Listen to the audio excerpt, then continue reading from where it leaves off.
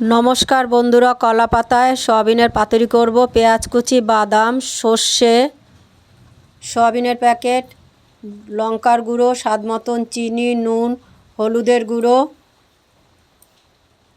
কাঁচা লঙ্কা, ধনে পাতা। সয়াবিন পাত্রে ঢেলে নিয়ে জলে ভিজাবো।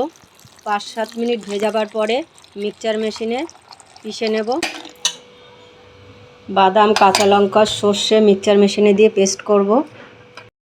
সর্ষে বাদাম মিহি করে পেস্ট হয়ে গেছে, সয়াবিন দিয়ে পেস্ট করব।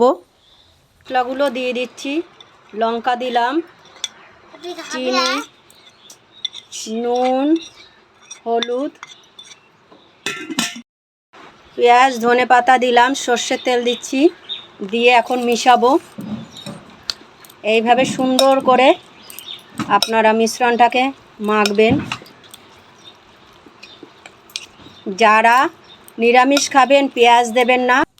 কলা পাতা ফ্রাই প্যানে সেঁকে নিলাম, ফেটে যাবে না তার জন্য একটু সেঁকে নিচ্ছি। পাতা ধুয়ে একটু আলতো করে তেল লাগিয়ে নিলাম। 2 চামচ মিশ্রণটা পাতার ভিতরে দিলাম সুন্দর করে। একটা কাঁচা লঙ্কা দিয়ে দিলাম ভেঙে।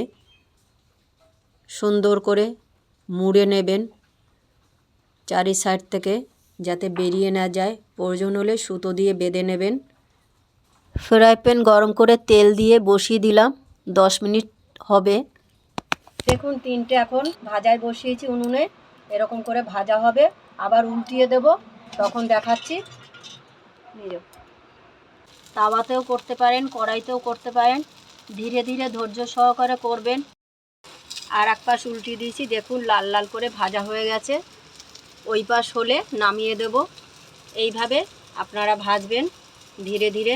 ফ্রাই প্যানে অল্প একটু তেল দিয়ে কলা পাতাটা দিয়ে দেবেন। আমাদের আজ তৈরি হয়ে গেছে কলা পাতার সয়াবিনের পাতুরি।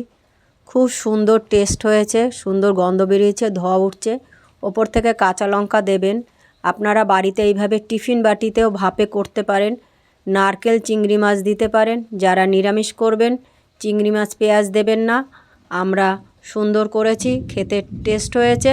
আপনারা অবশ্যই বাড়িতে করবেন, সবার ভালো লাগবে। দুপুরবেলায় গরম ভাতে জমে যাবে। সবাইকে ধন্যবাদ।